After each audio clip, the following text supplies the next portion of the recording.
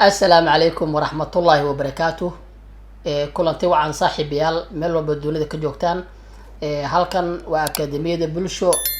Aniguna waxaan ahay Cabdi Xuseen. Kusoo dhawaada maanta iyo muuqaal cusub. Sida ciwaanka qaybta hoose ah kasoo aragteen. Maanta waxaan sameynaynaa haddii la yiraahdo sida kalarka shaarti ama fanaanad ama wuxuu rabaa noqdo aan ku bedel lahayn oo kalarkaan rabo aan kaga dhigi lahayn. Haddaba la socda muuqaalka.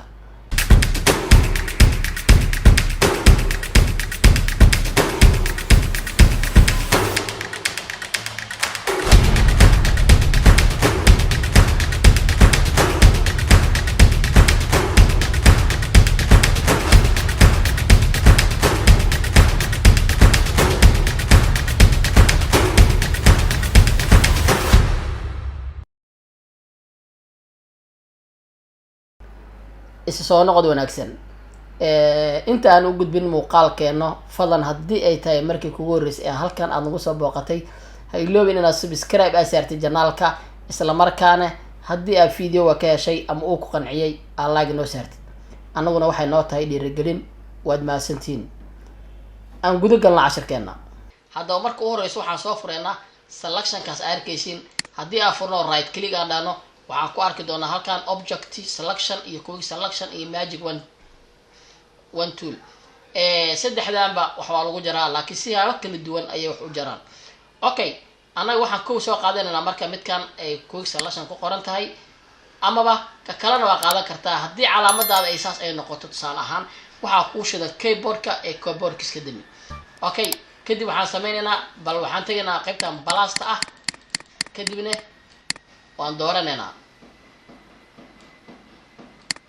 Okay, haddii lacala arkayno kalo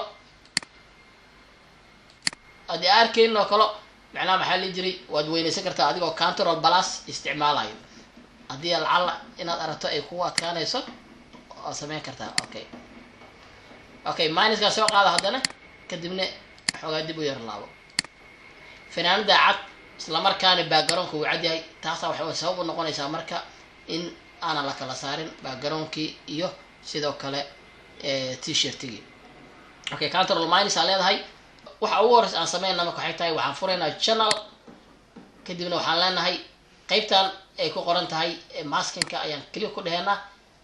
alpha masking ayuuna dhahay kadibna meeshaan ayaan click dhahaynaa. waxaan ka bedelaynaa magaca waxaan leenahay t-shirt.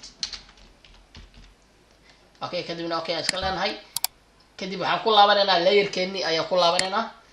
Okay, marka ka layerkeena ku laabano guduudka waa ka qaadanaynaa waa dib u select gareynaynaa kadibna control D ayaan leenahay waxbana kama bedeleyno. halkaas markay joogto waxaan rabnaa marka maadaama aan hadda maana jaran laakiin just waa soo select gareysanay waana keep gareysanay oo hadda meel ayay noo keep gareysan tahay. waxa ugu horeysa waxaan leenahay waxaan tagaynaa select kadibna waxaan leenahay load selection. load selection markaan dhahno waxaan noo soo bixi doono load selection kan ayaa noo soo bixi doono. halkan ayaan fureynaa kadibna qoraalka aan soo qorano oo t-shirt ayaa click ku dhihi doonaa kadibna halkan ayaan okay ku dhahaynaa. Okay, saa u jeedin automatically sida haddaan aan xaq usoo dooranay ayuu u doortay. halkan markay taagan tahay waxaan sameynaynaa marka grouping aan ka dhiganaa si aan hadhow inagu fududaato inaan backgroundkaas fanaanada keliya aan kalarkeeda bedelno. waxa aan sameynaynaa marka in aan ayadaasi aan fududeysano group aan sameyno. qaybtan hoose ee ku qoran tahay group ee ku qoran tahay waatan aa ujeedid ayaa click ku dhihi doonaa kadibna wuxuu sameeyey group saa ujeedid one ah. halkan click ayaan leenahay waxaan magaca ka bedelin waxaan leenahay color. in hadda waxaan color ku isticmaali doono waa ayada layer maskaas ayaan click ku dhahaynaa kadibna fanaanadii keligeed ayaa halkan sawirkeeda noo soo muuqanayo. haddaad alta la qabatid aad click dhahdid fanaanadii bisa kusoo sawirmayso. Okay, mar labaad alta qabani click ayaa waxaa ku leedahay qaybtaas. Okay, hadda saa ujeedno wax kasta waa soo diyaarinay.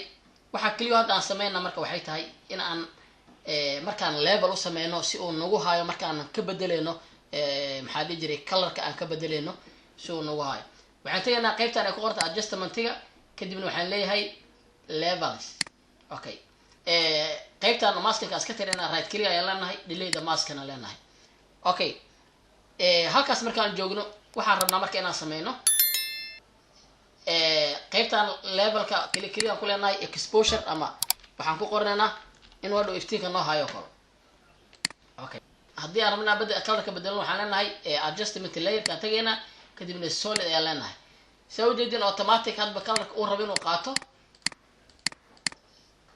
Okay, ayaan leenahay kan dooro right click dheh delete masking kaasoo ma baahna markasta. hadda qaybta markaan joogno kan waxaan ka bedelaynaa waxaan leenahay color bis aan dhehenaa. Okay, color bis aan dhehenaa. haddii aan u baahannahay inaan marka colorkan tusaale ahaan waxaan tegaynaa levelkii ayaan ku dareynaa kadibna waxaan leenahay inaan colorkii aan meesha rabno wadi karno iftiinkii. Okay, haddii aad rabtid inaad xoogaa daa ka dhigtid, haddii aad rabtid inaad iftiin zaaid ka dhigtid. Okay, hadda tusaale ahaan waxaan rabnaa inaan colorkan aan ka dhigno blue inaan ka dhignaa rabnaa. Okay, t-shirtii blue aan ka dhiganay waxaan tegaynaa levelkii kadibna qaybtaan aan ujeedin saarna ayaan u bedeli karnaa black. Okay, daaga haddaa u baahan tahay inta u wadaysaa. Okay, haddii dhexdhexaad u baahan tahay qaabkaas u wadaysaa. Okay, alright, whatever adii saarata ka dhigo. Okay, inta daa wadid kan hadda soo wadno waxa arko waxa dhacayo xoogaa mugdi yar u galaya iyo shadow. Okay, at the same time colorka waa bedeli kartaa. waxaa ka dhigi kartaa green, waxaa ka dhigi kartaa orange, waxaa ka dhigi kartaa what color adii aragtid ayaa ka dhigan kartaa.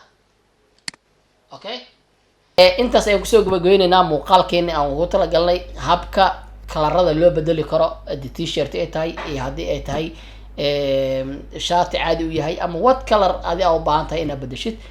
tani intaan kulmi doono muuqaalkan muuqaalka xigo waa anigo cabdi xuseen ah oo idinku dhaafaya nabadgelyo.